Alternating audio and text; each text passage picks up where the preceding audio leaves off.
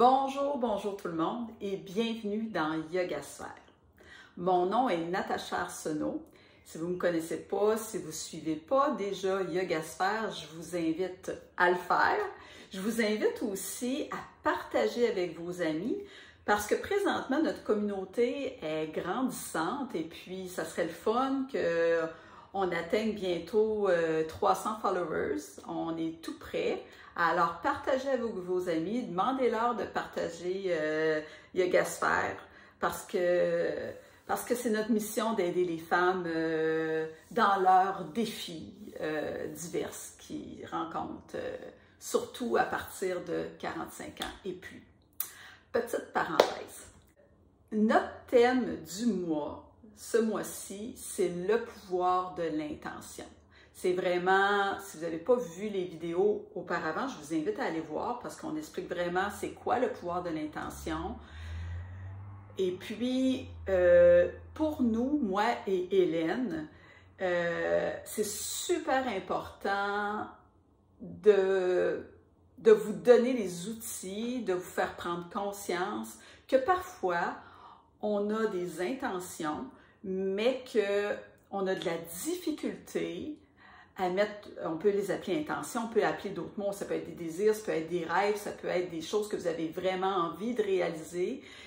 Des fois, on se rend compte que ça fait des années que c'est sur la table, des mois, des années. On en a fait une partie, puis là, on ne réussit pas à aboutir.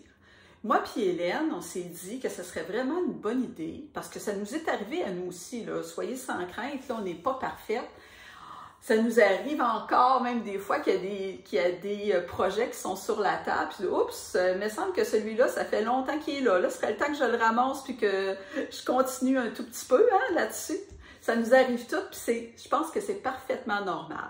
Mais d'en prendre conscience, puis c'est ça, puis de prendre ce fameux projet-là, de le prendre dans nos mains, puis de dire « Oh, toi, je te tiens maintenant, puis je fais quelque chose avec ça. » Je pense que c'est le bon moment pour vous, c'est le bon moment pour nous aussi. D'ailleurs, Yogasphère, ça faisait longtemps qu'on le mijotait, là, tu sais, c'est pas arrivé en claquant des doigts, on le mijotait depuis un petit bout de temps, puis à un moment donné, il a fallu passer à l'action, comme on dit, il a fallu établir une façon de procéder pour justement amener Yogasphère pas juste sur la table, l'amener aussi sur les réseaux.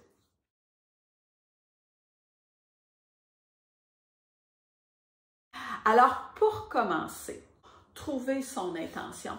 Parfois, c'est clair comme de l'eau de roche. Parfois, on sait exactement que c'est quelque chose que ça fait justement longtemps qu'il est sur la table, qu'on le regarde, puis qu'on a « j'y touche-tu pas, j'y touche un petit peu, je le relâche ». C'est très facile, là, je vais vous donner un exemple concret parce que moi, je l'ai fait dans ma vie, ce processus-là, la perte de poids. J'ai perdu 35 livres en 2020 que j'ai pas, 2020, c'est ça, que j'ai pas repris. J'étais là, voyons, c'est-tu vraiment 2020? Oui, c'est 2020, 2019-2020. Que j'ai pas repris du poids que j'avais pris avec la ménopause, des troubles de glande thyroïde, la préménopause, des troubles de glande thyroïde et bien du stress aussi qui avait contribué à tout ça. Mais souvent, c'est un sujet, le poids, c'est une intention. C'est pour ça que c'est une intention qui revient beaucoup. Ça, je vais peut-être le prendre en exemple au cours de notre discussion aujourd'hui. Notre discussion, c'est pas une discussion, hein, c'est plutôt juste moi qui parle, vous m'écoutez, c'est pas grave. Vous pouvez mettre des commentaires en dessous, ça deviendra peut-être une discussion. Parfois, c'est clair comme de l'eau de roche, c'est ça que je disais, c'est sur la table, on sait que ça nous attend, puis des fois, la vie va tellement vite, on est tellement pris dans un brouhaha qu'on fait métro, boulot, dodo, qu'on appelle, et puis on se perd un peu, on ne sait plus ce qu'on veut. Puis là, c'est là que je me dis, c'est quoi mon intention? Quelle est mon intention? Comment trouver son intention? Comment se mettre dans un état pour trouver son intention? Hein? Puis là, ben, je vais vous amener sur quelques pistes, quelques petites choses peut-être à explorer. Tout d'abord, choisir son intention, c'est vraiment c'est très, très personnel. C'est vraiment une introspection.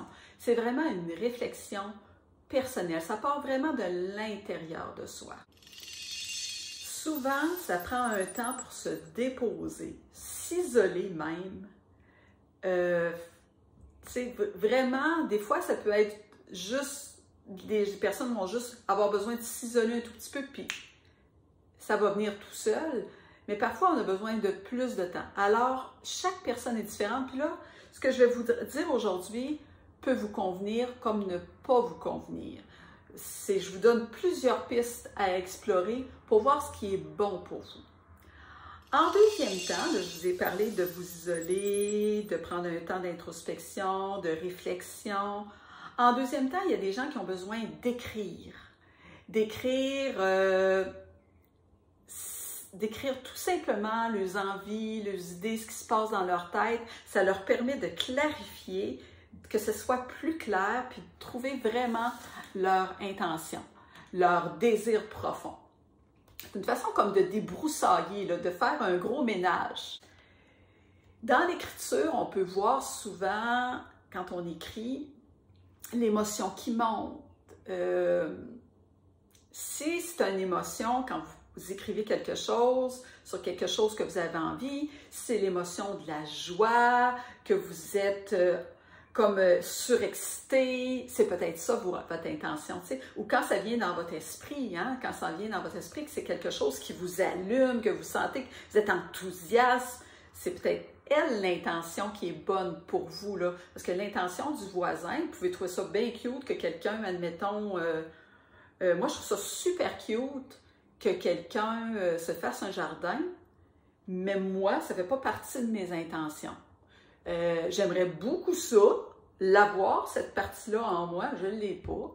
Faire pousser des légumes, j'ai pas ça. Puis quelqu'un d'autre l'a. Mais tu sais, quand je regarde son jardin, je dis waouh, moi j'aimerais ça, tu sais, mais est-ce que j'ai ce qu'il faut? Est-ce que ça fait partie vraiment de... Peut-être qu'un jour ça viendra, mais pour le moment, ça ne l'est pas. Alors vraiment, c'est vraiment pour chacun, ça c'est vraiment très important de tenir compte de ça, là, que ce que vous trouvez cute chez quelqu'un, ce n'est pas nécessairement votre intention. Ça m'amène au troisième point, c'est identifier vraiment ses valeurs profondes. Qu'est-ce qui vous allume vraiment? Les valeurs profondes peuvent être, comme par exemple, quelque chose qui me vient tout de suite à l'esprit, la santé. T'sais, mon intention, c'est d'être en santé. C'est large, la santé. Hein? Est-ce que je veux être en santé physique, en santé psychologique? C'est large. Mais en dessous de ça, il peut y avoir des sous-intentions. Je ne sais pas si vous me voyez venir.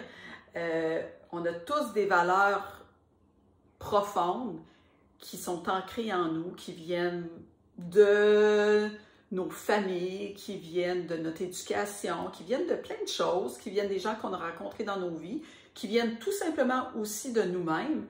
Ça peut nous aider vraiment à établir notre intention, nos intentions, nos désirs.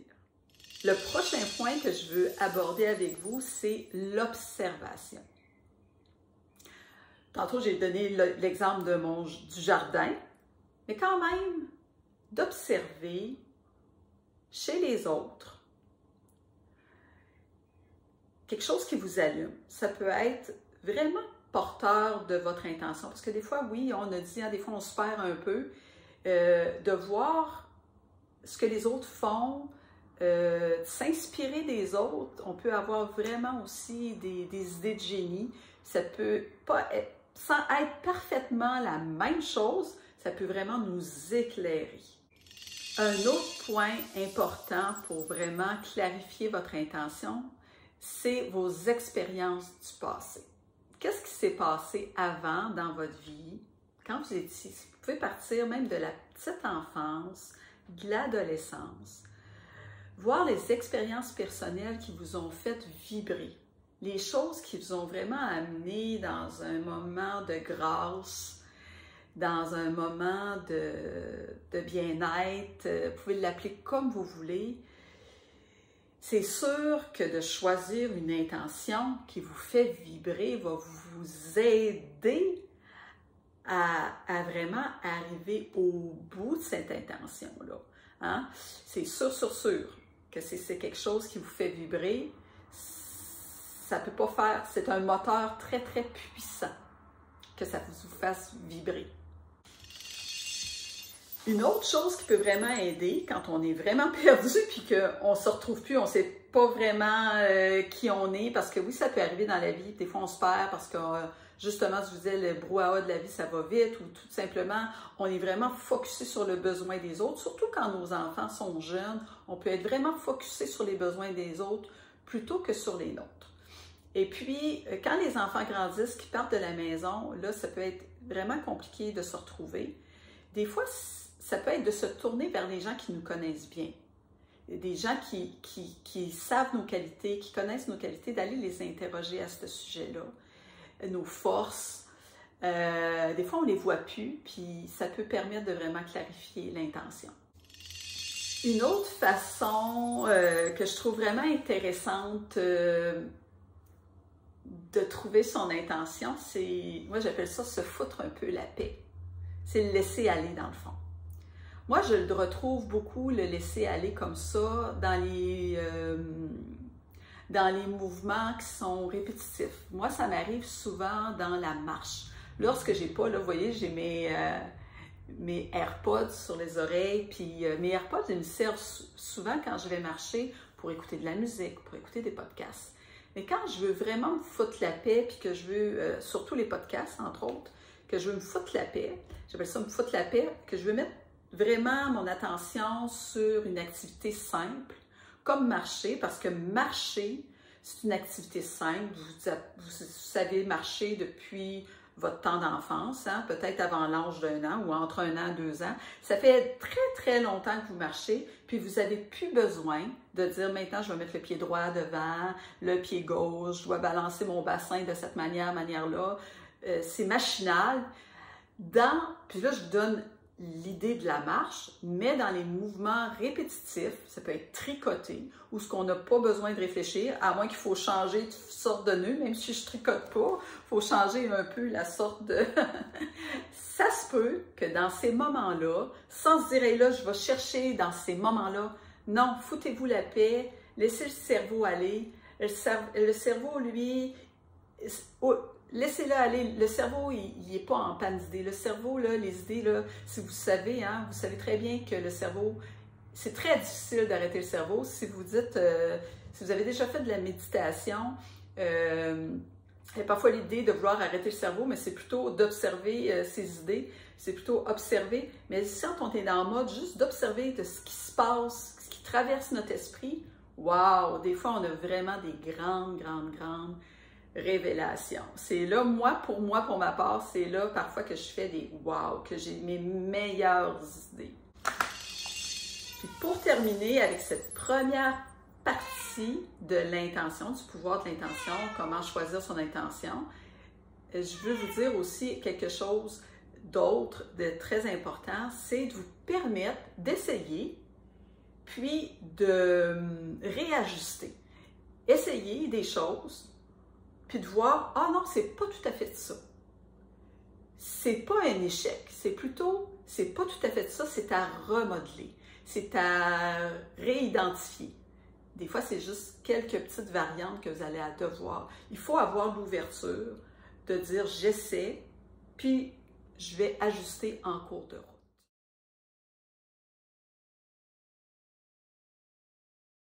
Dans la deuxième partie de cette vidéo, je vais vous parler comment se faire un plan pour vraiment arriver à nos fins. C'est super important. Pas de plan, c'est pas mal difficile d'arriver au bout de notre intention, de concrétiser ce qu'on veut vraiment. Premièrement, votre plan, il doit être très clair. C'est-à-dire que votre intention, elle doit être précise. Elle doit être claire. Ça doit être quelque chose de réalisable et d'atteignable. Hein? Parfois, vraiment, votre intention doit être décomposée. C'est-à-dire se faire des sous-objectifs. Hein?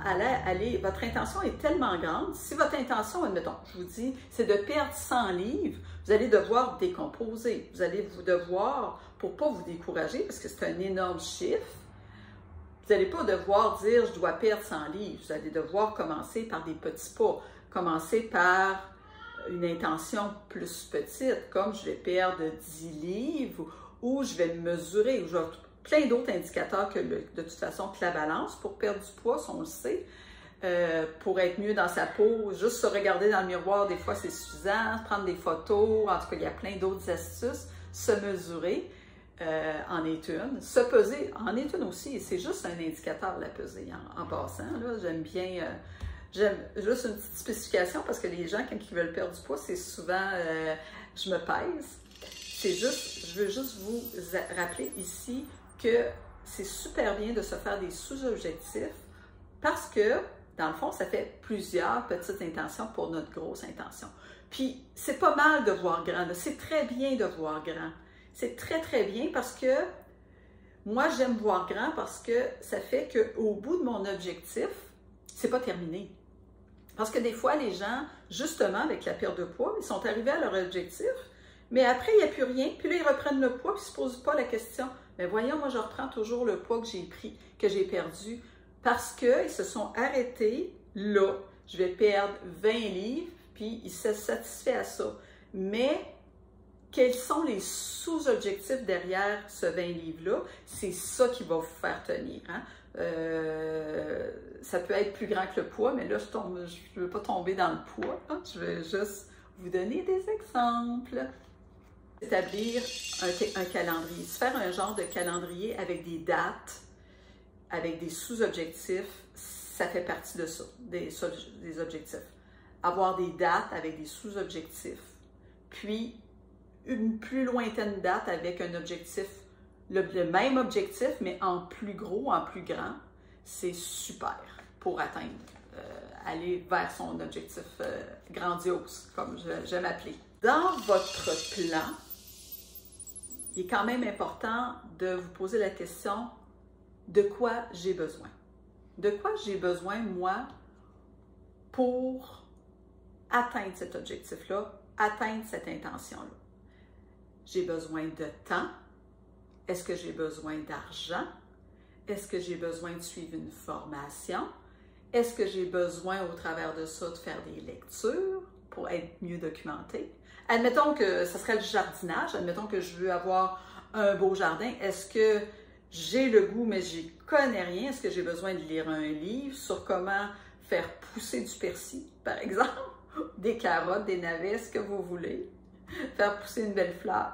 Hein? C'est de quoi j'ai besoin pour atteindre cela. Il y a aussi, qu'est-ce que je dois mettre en place? Qu'est-ce que je dois changer peut-être dans mes comportements? Là, c'est un gros sujet, ça. Je ne vais pas ouvrir, ça sera le thème de nos affaires.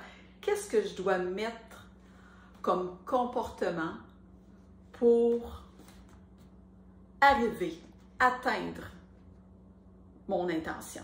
Encore une fois, je vais, par exemple, avec le poids.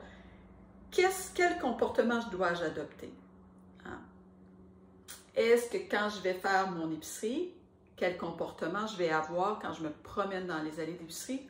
Je vous amène une piste tout bonnement comme ça, mais ça, c'est bon pour n'importe quelle intention que vous avez dans votre vie. Admettons que vous voulez faire du surf, si vous vivez pas près de la mer, de quelle manière vous pouvez vous rendre tout près de la mer? Hein? Admettons que vous ne vivez pas auprès de la mer, quelle action vous pouvez mettre en place? Ça pourrait être le week-end, quand je suis en congé, j'ai le temps de faire 1 heure de route pour m'amener près de la mer. Admettons, si c'est ça votre but.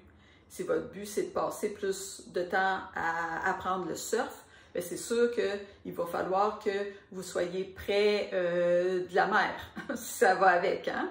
Ou vous allez en piscine, je ne sais pas, là, des piscines qui font des vagues, ça se peut aussi. Un point encore important, c'est la flexibilité. C'est d'être flexible puis d'être prêt à devoir s'ajuster, à devoir faire des changements, à devoir penser peut-être qu'à un moment donné, on ne s'est pas donné assez de temps ou notre objectif, on ne l'a pas assez, on ne l'a pas assez coupé, on l'a pris trop gros, on ne s'est pas fait de sous-objectifs. Ça ne veut pas dire qu'on ne sait pas encore le temps. Ça n'a pas besoin d'être prêt avant de commencer. Hein. Les sous-objectifs, ils peuvent se rajouter en cours de route, puis c'est bien correct. La toute dernière chose dans votre plan, c'est pas la dernière, moi je dirais que ça fait partie des choses les plus importantes, c'est de vous célébrer. Célébrer chaque réussite, célébrer chaque moment où vous vous sentez que vous avez mis un pas en avant, que vous êtes avancé dans votre action, même si c'est juste la grosse orteil qui est là, vous dites aujourd'hui, j'ai fait quelque chose, je me suis amenée en mouvement, j'ai amené du mouvement vers mon intention, j'y ai même pensé, ça peut être juste dans votre pensée, ça peut être juste que vous avez eu une idée, ça peut être des petites choses, célébrez-la, prenez le temps de vous installer et de vous célébrer, puis de vous dire bravo, parce que ce soit un petit ou un grand processus d'arriver à votre intention, chaque petit geste compte, chaque petite célébration compte aussi pour vraiment vous rendre au but ultime. Alors, je vous laisse avec Hélène, avec la deuxième partie. Soyez encore des nôtres. Dans quelques jours, vous allez voir dans la deuxième partie d'Hélène. Je vous salue, je vous embrasse et je vous dis namasté. Bye bye!